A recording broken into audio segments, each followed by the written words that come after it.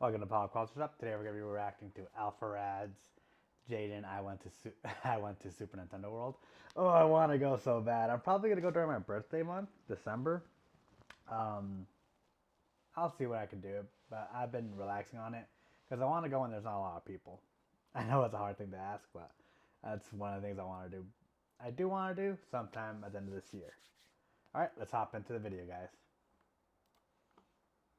I went to Super Nintendo World in hopes of doing everything I possibly could, but I couldn't do it alone. So I brought Jaden along. Yeah.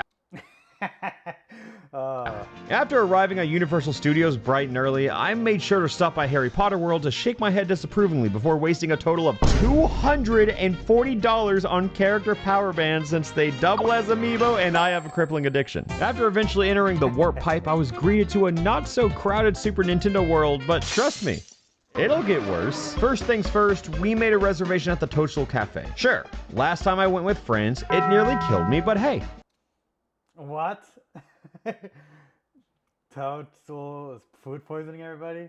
Conspiracies begin. I believe in second chances. We showed up at Park Open and the cafe was nearly booked up for the entire day. So be sure to do this first if you ever happen to come here on your own. And I know I normally just play video games, but I really enjoy documenting random travels of mine. So if you'd like to see some of my Japan trip later this year, be sure to subscribe. Leave a comment telling me what you want. Love me some vlogs, especially vlogs to Japan, because I really want to go again to there. And I didn't record anything when I was over there working for AT&T. To see, and hey, let me know where you want to see me go next. Anyways, the main attraction of this park is Mario Kart trademark Bowser's Challenge. It's essentially the only ride here since the Yoshi Go Round is exclusive to Japan and Pinup Park, and as you probably know, waiting in lines at a theme park is an expected horror. But this ride makes waiting fun, or as fun as it can be. Every part of the line is immaculately designed and decorated with various themes ranging from Mario Kart to Yoshi to Bowser, and sometimes even get a glance at the entire park. That's super cool. It just looks so good aesthetically. Oh my god. Park that is rapidly growing exponentially more crowded. Just being able to point and smile at various objects in the line He's already foreshadowing that it gets packed.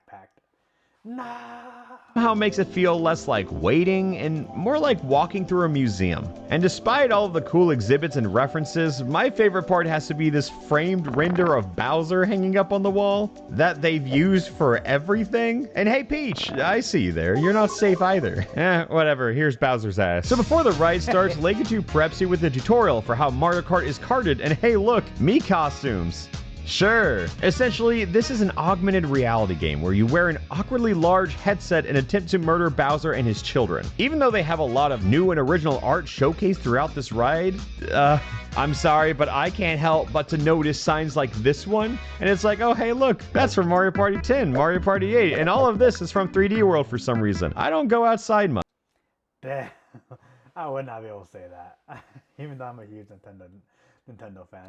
Again, the rest of the line is like a beautiful gallery through Bowser's arsenal, and as we got closer, we got more and more excited to get use out of my $40 amiibo. It's a bit hard to show you how this ride works since it's all in the headset visor, but damn it, I tried.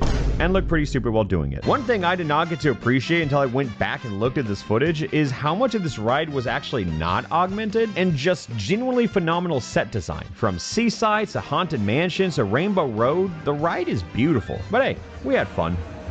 Perhaps, maybe one of us more than the other. At some point in your life, you really have to ask if even the 7th circle of hell exits into a gift shop, because that's where my expectations are now. This fun little store was filled with exactly what you'd expect a Mario gift shop to have, but then hey, look at this. What do you think this is?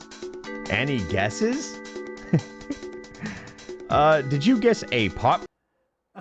What? Corn basket? Like, how?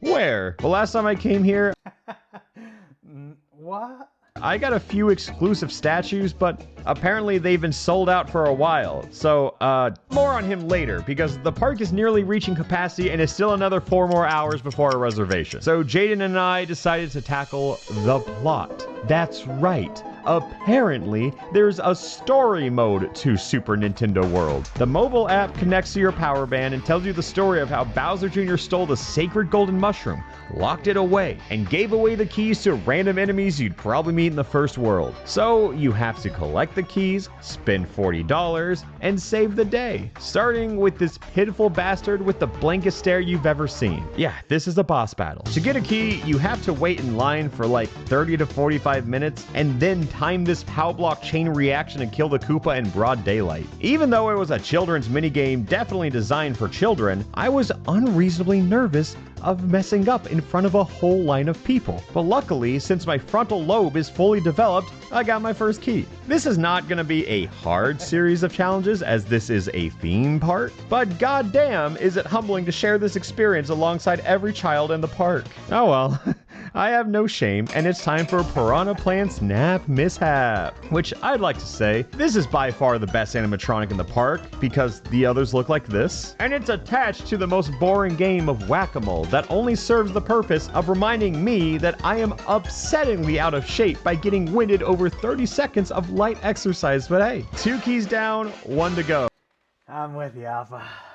I need to get back into shape. Oh, I gotta get back to it. Oh, despite there being 4 keys total? Yeah, I don't really know. Oh, remember the mobile app? Apparently this park has achievements. Some of them range from simply riding Mario Kart once, and then another for riding Mario Kart twice. But then some of them are more specific, like visit Super Nintendo World between March 1st and May 31st. Sure. Every now and then you'll find like a hidden Mario on the wall, and boom, you get an achievement. They ultimately mean nothing, but help pass the time while counting down for Chef Toad to commit culinary murder in a couple hours. It just goes like this. Hey, dumbass, find the pigment. Okay. Hey, look at this. Wow. Enjoy the sticker, asshole. So that was pretty much what the next hour of my life looked like. But I forgot that when I finished dealing with the plant, it was time to wait another long line and crank off the Goomba till I could have probably worded that a little better. One casual felony later, and we were ready to tackle Bowser Jr. Showdown. Which is weird because it's one of the cooler attractions in the park, but it's completely gate-kept by 3 individually long lines. However, the atmosphere in this dungeon is unlike anything else in the park. Not only is it gorgeous, but it's complemented by tons and tons of unique sculptures and original paintings of Bowser Jr. Yet for some reason that render of Bowser is still here. We made it to the front of the line pretty quickly here, and I had no idea what to expect, since it felt like it was tucked away in the corner of the park, and I've never even heard anyone talk about this ride. But they've played a little animation to give you the instructions for it, and it's just so cute and unique and stylized, and it's like, why is this here? And then yet another difficult game to capture for you, because every time I tried, I failed. This was the best I could do, so I'm sorry, but it was fun. It felt like an Xbox Kinect game more than anything, but it was fun. You just had your shadow plaster on the wall and you had to smack away the bombs and just grab the power-ups. It was fun. Definitely one of the standouts of Super Nintendo World, and then since we had time, Jaden and I just decided to grab the 4th key from Thwomp. You always gather keys by tapping your $40 bracelet against the keys upon winning, but we realized that if you just slam your wrist into the key 3 times, the attendants think you're stupid and don't understand how it works, but it gives you all 3 keys anyway, so hey, it's time for round 2 of Bowser Jr. Yeah, believe it or not, it's that easy. And then Jaden decided to rest for an hour, so I just walked around on my own, farmed achievements, and explored the park. Like, look at this. I kept staring at it, and do you think you could climb it? And if so, what's your path? I know it's just a fleeting intrusive thought, but I feel like I could do it. But it's the little details that really make this place shine, you know? From these boring line-pulled knob things to these that are meant for Peach. Like, look at this! The wet floor signs are bananas from Mario Kart! That's so fun and adorable! The custom hedges, the hidden Pikmin, the nautical-themed bathroom that I didn't record in on behalf of it being, you know, a federal crime. But here's the picture anyways. This park also has meet and greets with Peach on her own and then Mario and Luigi as a pair. I waited in line last time for it. Toad is exclusive to Japan.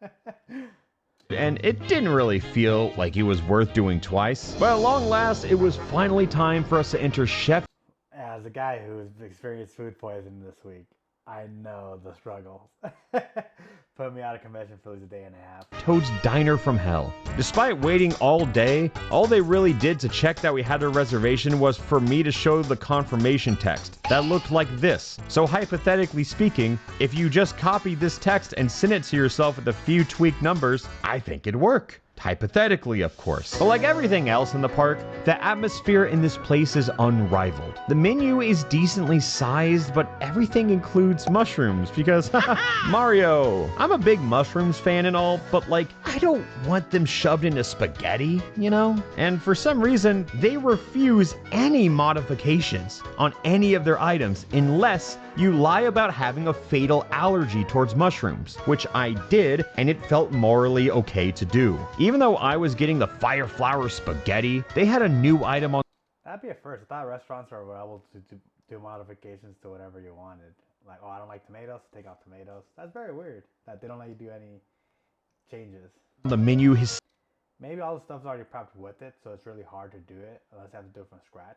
hysterically titled Bowser's Meatball Challenge. How could I say no? Then Jaden got a Superstar Lemonade, mushroom soup, and a Mario Beyond Burger with some garlic knots This looks so good. to share. We sat down and just took in the vibes, which was fun for a couple minutes. And look, I had an awful time when I came here a couple months ago, and I was really hoping that things would be better this time around, but we sat here and waited 30 minutes before realizing I haven't gotten my food. And another 25 minutes passed until I gained the confidence to ask a random server about my missing food, only for it to be delivered 15 minutes later, over an hour from when we initially ordered it. But hey, at least we got it, you know? The spaghetti, the burger, the soup, the knots, and a front row ticket to Bowser's Giant Balls Challenge. That's what it's called, right? If you look closely at Jaden's burger, you'll realize that this frozen craft single is fresh from the freezer. And luckily, my spaghetti was pretty decent if your standard is a high school cafeteria, but you know, like sometimes that hits, right? It also had a weird fire flower cookie thing that was also edible, and that's all I can really say about it.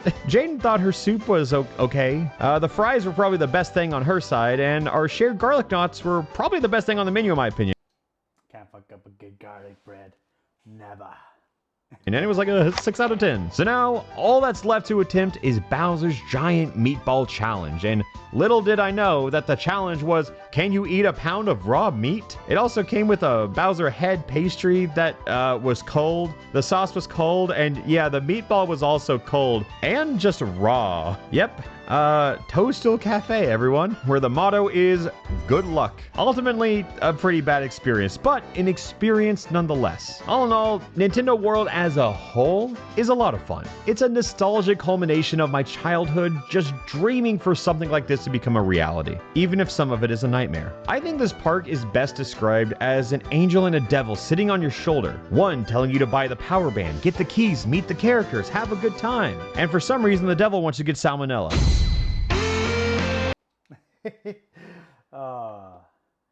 It's very fast, quick. First time ever watching one of his vlogs. I don't really watch his content. I do see him do little collabs here and there with the content creators that I watch. But yeah, good time. Good. Overall, really good. I heavily enjoyed it and want to see more of your vlogs, Alpharad. Alright guys, if you guys stuck it out for this long, please leave a like and sub for my future content. It helps the YouTube algorithm push out my stuff. What else do you guys want me to watch? Down in the comments down below. Alright guys, take it easy.